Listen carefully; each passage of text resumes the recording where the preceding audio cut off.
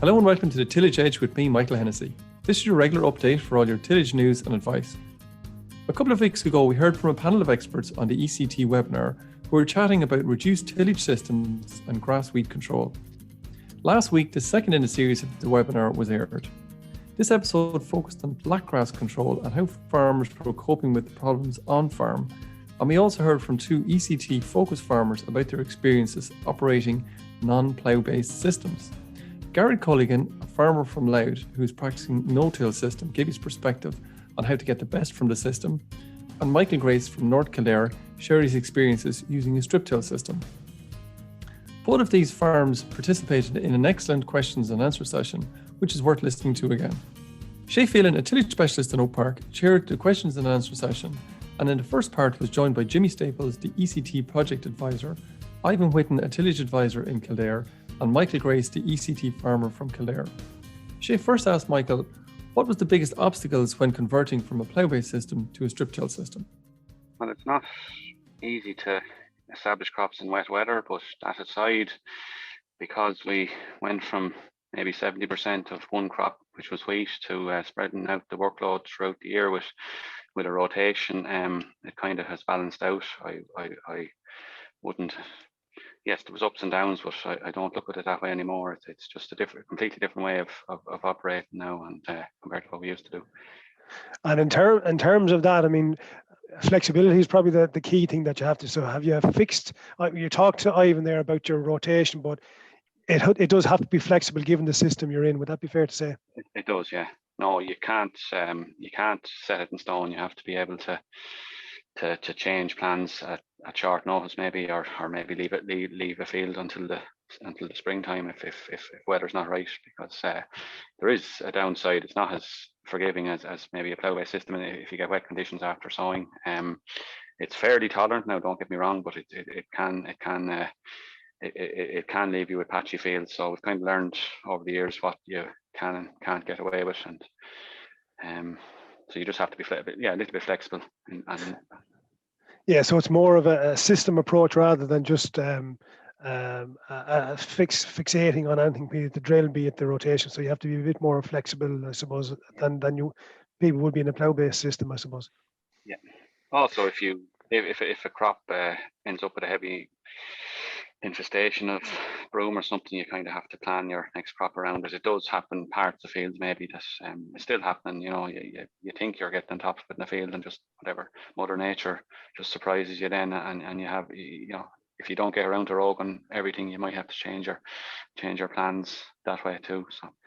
Yeah, and can I just ask you, Jimmy, the kind of something similar around that? I mean, you're advising all the farms on the ECT project, and is it something that you're seeing that some are people are too fixated on the establishment system rather than the practices that are involved with each of the different establishment systems?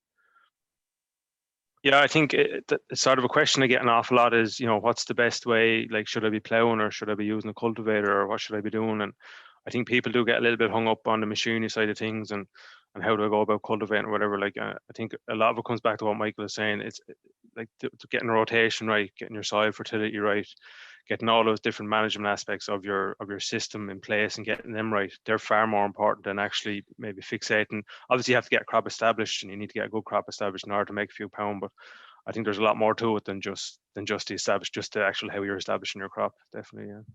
Yeah, and Ivan, just quickly coming to you in terms of your region in North Kildare, are grass weeds more prominent, do you think, or are guys getting on top of it, do you think, over the last number of years?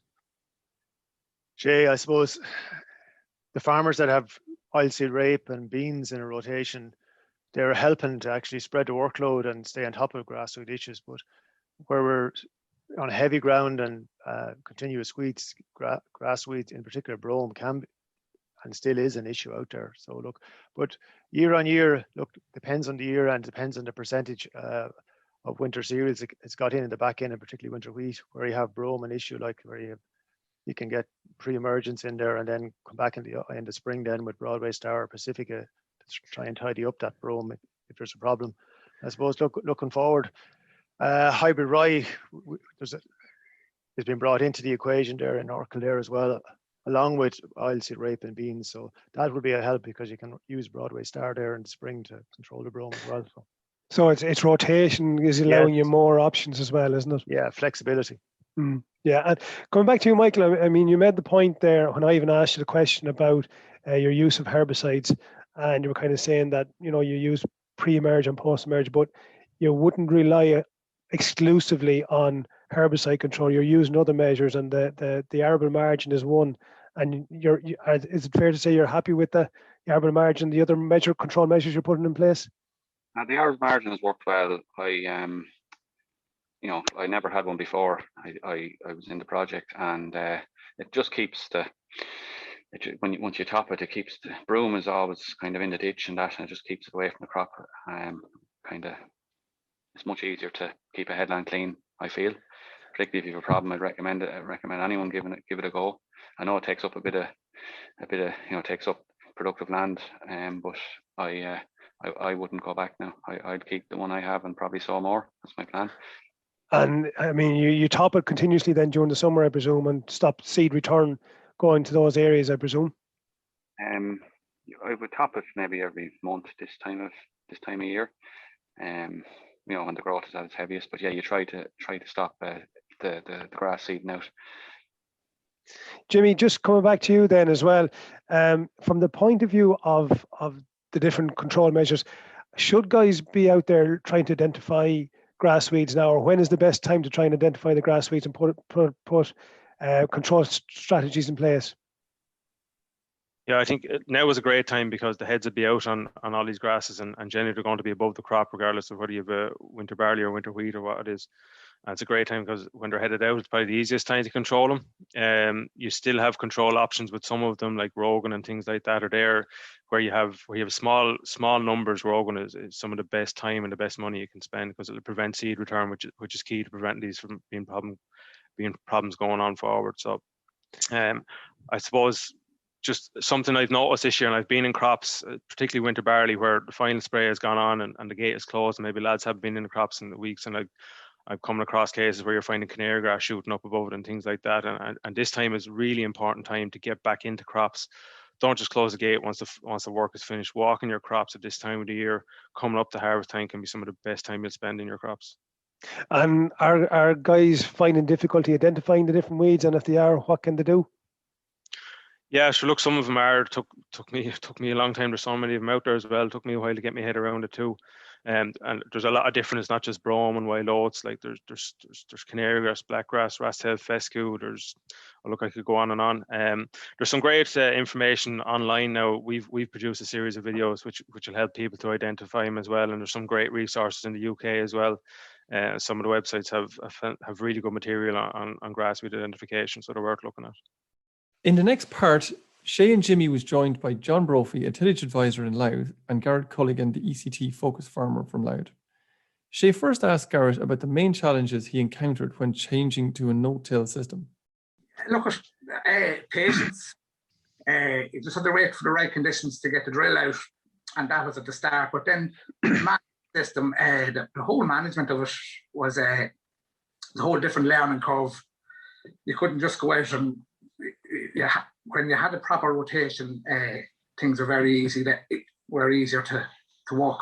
Like you couldn't just at the start we were going around and we were saying, look, if you had a good year of winter barley, you grow another crop of winter barley. We'd often 3 crops of winter barley in a row, and that's what led to we had more sterile brome coming into the farm because of a bad rotation. So you had to look at the whole system with a 5 years. 6-year rotation, and it was down to management that really changed a lot of things that helped with a lot of the problems on the farm. So you were saying, and I think again it's probably a mistake a lot of people tend to make, is that when they change system they just look at the drill only, but you were making the point there that conservation tillage really, it's a 3-legged stool. You're looking at the establishment system, you're looking at catch crops, and you're looking at rotation, and they kind of go hand in hand, and without one I think the whole thing, would it be fair to say, would fall down. Yeah, look, we weren't using cover crops either at the start, and that when we added the cover crops, we started with just winter cover crops, and then later on when we moved to no-till, we were putting in summer cover crops. And look, in an ideal world, I'd love to have all, after the combine left the field, we'd love to have all the fields sown with the summer cover crop, and it leaves you with more flexibility in what you can do. It keeps the ground covered, so it's easier to change the rotation then. once you have a cover crop in the ground. But that was one of the biggest changes, just going cover crops again. Yeah, sorry, go ahead. The cover crop, like at the start, we weren't cutting back on inputs, which we were spending a little bit more on weed control at the start because we had enough experience on how to handle simple meadow grasses at the start, and then steroid brome then later on after a couple of years of bad rotations. So when we got into no-till then, when we started moving less soil, we'd spectrum changed. We had less steroid brome, we'd more willow herb, and then as Jimmy was saying, the rat's tail fescue there has come in now. It's not too bad yet, but you just have to be aware of it. But I think in the next couple of years, we are going to see a change in the weed spectrum on the farm, and just to be aware of it and not to cut back an input straight away, just do it gradually. That's what we're doing over the years. Yeah, and I suppose your use of cover crops is something that's fundamental to the whole system up there, and it's kind of at odds to what some people have done who are in Glas, who are planting the cover crop just before the closing date of the 15th of September. You see them, and the guys in Base Ireland, I suppose it's fair to say, see them as a key tool, and you're trying to get them established as early as possible after harvest. Yeah, look, at the earlier you can get them in. Winter barley's great. You're cutting your barley in the 20th of July, get the straw off. You'll have a cover crop in before August. And that's a perfect place for a summer cover crop. You'll get 2 months of cover in the ground. It is hard to justify a summer cover crop. You can spend up to €30 an acre on seed. We've gone down to €8 an acre with the summer cover crops, just low rates of mustard. The earlier you go, the lower the seed rate you can get away with. Look, as you cut, we've often went to 3 kilos of mustard in a mix. It's very little, but it does cover the ground. Mm. Two quick questions on that, Gareth, as well. In terms of sowing those cover crops, number one, do you bale or chop the straw? Which does that allow you in earlier? And secondly, what system do you use to sow the cover crops? I'll answer the second question. Sorry, the CO4 drill is what we have on the farm for doing min-till and no-till, and it sows the cover crops as well in the no-till. I think if we sow the cover crops in the no-till, it's easier. Look at less diesel, and your soil structure, you're not ripping up the ground. Your soil structure is there. You're not getting a massive flush of weeds, and the cover crop is able to hold them out. So you don't, sometimes when we were ripping the ground too much, it actually happened to me one year, we had to go in with a graminicide in a cover crop because there was that much steroid brome in it. So it's just to get, when you have a nice, the less you move the clay, the less weeds you will have. And do you chop the straw? Yes, look, we would have chopped a lot of straw over the years. Again, rotation. There was some of the wet years we would have chopped most of the straw on the farm. We do have a good market for straw, but I was saying, if straw is worth, if I'm not getting €60 an acre into the hand, definitely chop it. And now this year that'll change with the straw chopping scheme. It's tricky, if we're showing oilseed rape, chop straw isn't ideal. You're going to take the straw off the ground. It's a good rotation to have around the farm. It has, most of the land here at home hasn't seen any P's or K's in 8 years now, and it's down to chopping straw and cover crops. So they're supplying the nutrients to you. Yeah, supplying the nutrients, yeah. Listen, look, you're not going to get it in the first year. It's not a one. It's a long term. Yeah, and I think you made the point off camera. It's a long term strategy. It's not a quick gain. So it could take a couple of years before you see the real benefits of it. Yeah, listen, thanks for that, Gareth. Jimmy, just moving over to you. I mean, again, you were talking about rat's tail fescue there, which is a grass that probably not a lot of people will be familiar with. You might just kind of give guys a few pointers how to control it and how to identify it, maybe. Yeah, it's fairly uncommon here, really. It's an autumn germinating and it's quite a shallow rooter as well. I think that's probably one of the reasons why we don't see more of it, because a lot of lads are either ploughing or they're going deep cultivation with a grubber type machine. So it's a very narrow, tall grass weed. The seed head on it, for all, it just looks like a little bit like a rat's tail, where it gets its name from. From a control point of view, it's generally an autumn germinator, so spring cropping is a good option. It's actually naturally tolerant to a lot of the ACCA's herbicides, so the likes of your Axel Pro, your Falcon, and your Stratus Ultra, you're probably going to get very limited control with them, which is another thing to be mindful of. The other thing, I suppose, it has a relatively short life. The seeds have a relatively short life in the seed bank, so 2 to 3 years. So if you can prevent seed return, you should find it you'll get control of it quite quickly. So and you were making the point there as well, Jimmy, and part of Garrett's cultural control methods of it is a switch to spring cropping will reduce down the well, it should help to reduce down the problem a little bit. Yeah, well, like spring cropping is a great option to have in your rotation, and Gareth, as Gareth and Mike were saying, having that bit of a flexibility to allow yourself to put in a spring crop where you have a high weed pressure, it's a great option to have, because again, you're sowing out of that germination period. The likes of spring barley is very competitive, and it'll help to prevent a lot of these weeds from germinating and from producing seed as well. So it's a good option to have. Yeah, and John, just over to you as well then. In County Louth, are you seeing much more problems with grass weeds, not just sterile brome, but other grass weeds is up there as well? Yeah, sure, there is problems there with grass weeds, I suppose, probably more localised. I suppose it's just down to maybe farmers being vigilant as to what they have, maybe walk their crops. Maybe now is a good time to get out and walk all your crops while grass weeds are there. I know we've seen a bit of black grass. And I suppose it is important to get out and see that if you have it or don't have it. And now is the time to know that it's there, to put in a place a plan for next year, and also maybe for harvest time then, maybe around machinery and machinery hygiene. And do you think, are they new problems of emerging farms, or have they always been there, but people are just more aware of them now than they would have been, say, in previous years?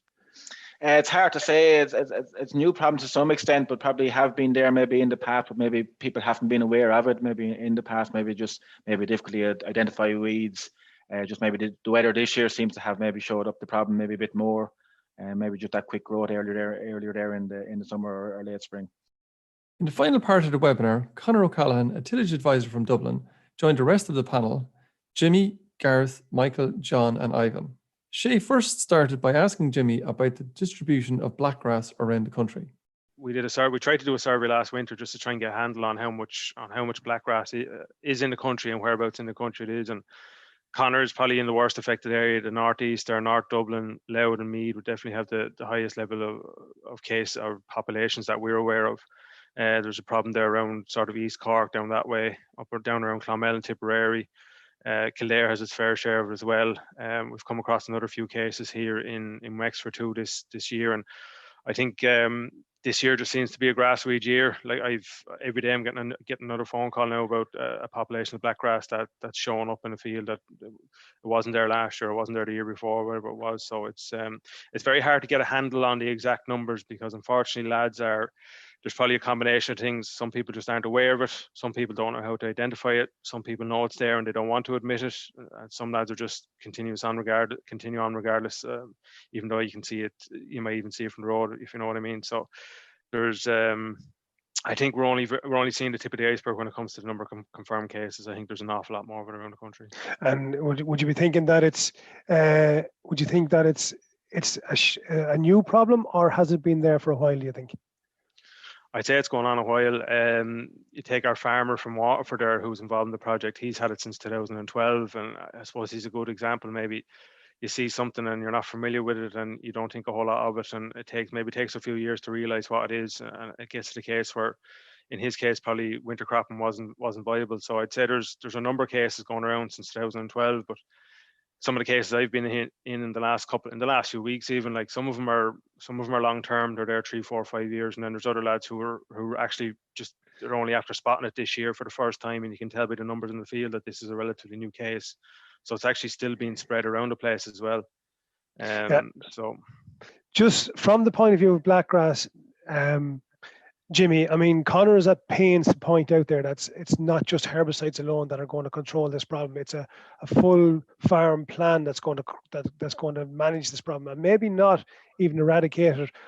What's the best approach guys should take if they see a field now where it's not practical to rogue it at the moment? What's the best plan of action? I think a zero tolerance approach really should be taken. Like you see where Conor had the field there in North Dublin, where he got 4 ton where it was unaffected and 1.5 ton where it was affected. Like those crops, the priority there should be preventing seed return. So you should do whatever's necessary to prevent seed return. So if it's not rogable, it should be whole cropped if possible. If there's a market there, or in worst case scenario, it probably should be desiccated like the first farm that Conor was on, in order to prevent that seed return, because blackgrass can return, one single plant could be returning 1,000 seeds.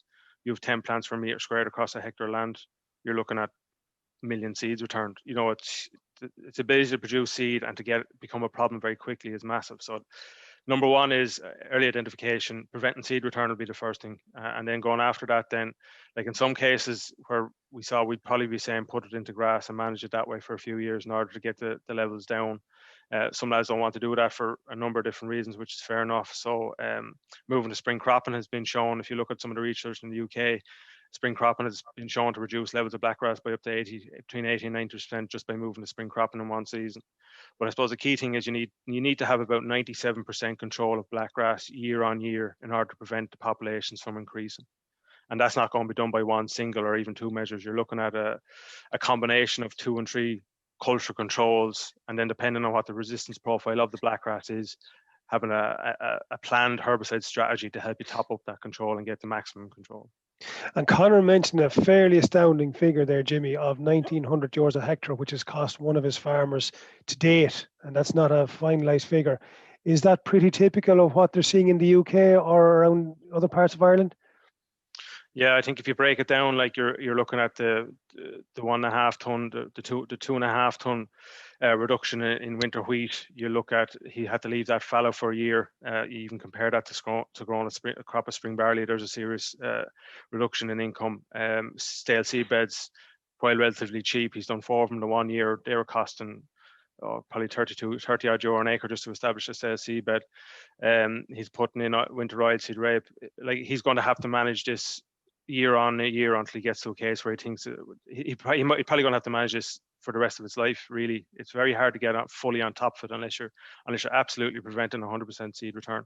There's no way of getting top of it. And I think even Conor made the point, I'm not sure whether you can still hear us, Conor, or you can come in, but he made the point on one farm where it was at rogable levels, he's still rogging that field 8 or 10 years after he first identified the problem.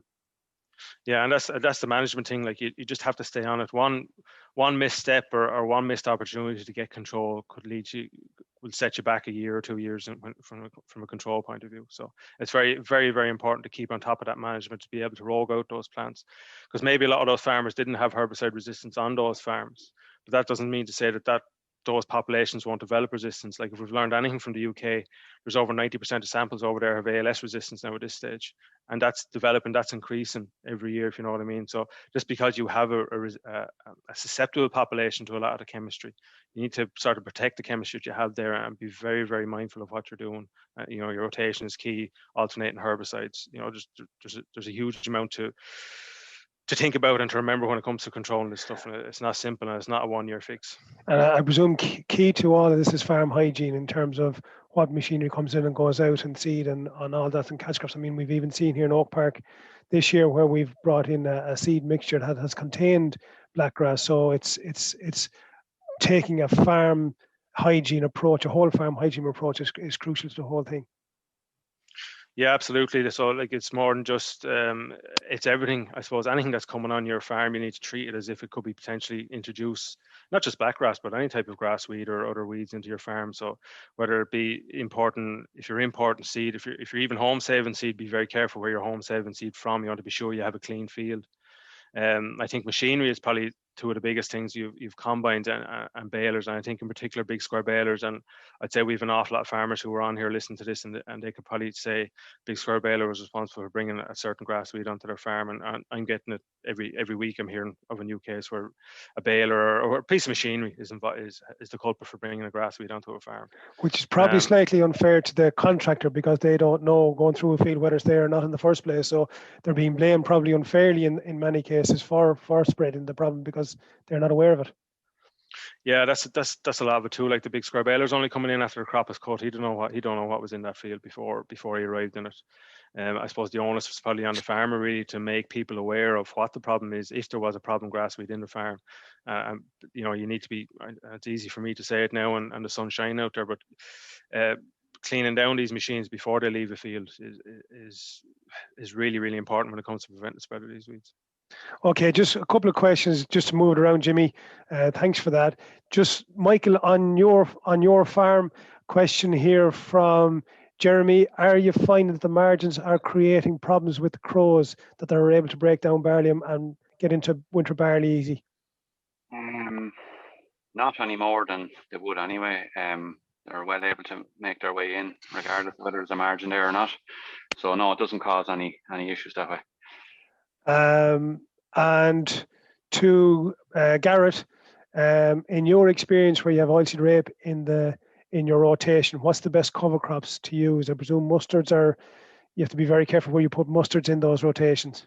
Yeah, mustards and radish, look, they're all brassicas like oilseed rape. So look, I wouldn't exclude them, but I've often put in half a kilo hectare of a radish in a mix. But once you have a good diverse cover crop, you're not going to really cause any trouble long term for oilseed rape down the line with club root.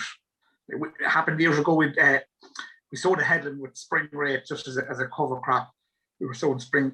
It was a field of spring barley that failed. The headland failed, and 2 years later we sowed winter oilseed rape, and it was just that headland where the spring rape was riddled with club root.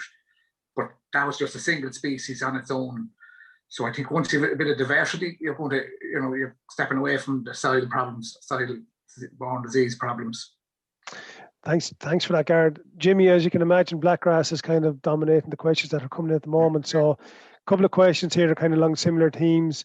Where Blackgrass or crops infested with Blackgrass are whole cropped, can the seed follow through in farmyard manure or slurry? Or can imported slurries be a source of infection?